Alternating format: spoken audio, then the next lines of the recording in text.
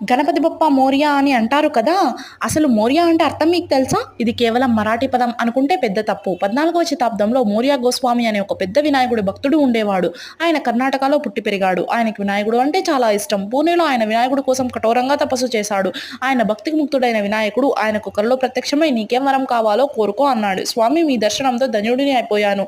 నిన్ను ప్రేమతో, భక్తితో నాలా పూజిస్తే మీరు కనికరిస్తారు అని ప్రతి ఒక్కరికి తెలియాలి స్వామి. అందుకే ఇక నుండి ఏ మానవుడైనా నీ పేరు తలుచుకునేటప్పుడు నా పేరు కూడా తలుచుకోవాలి" అని వరం కోరుకుంటాడు. అప్పుడు గణపతి ఆలోచించి, ఇక నుండి నన్ను ఎవరైనా తలుచుకునేటప్పుడు కేవలం గణపతి అని తలుచుకోరు, అందరూ గణపతి బప్ప మోరియా అని అంటారు అని మోరియా గోస్వామికి చెప్తాడు. మోరియా పదానికి అర్థం మరాఠీలో ఏంటి అంటే మళ్ళీ తిరిగి రండి, వచ్చి మాకు ఆశీర్వాదం ఇవ్వండి అని అర్థం. ఇప్పుడు అందరికీ గణపతి బప్ప మోరియా అని ఎందుకు అంటారో తెలిసింది కదా.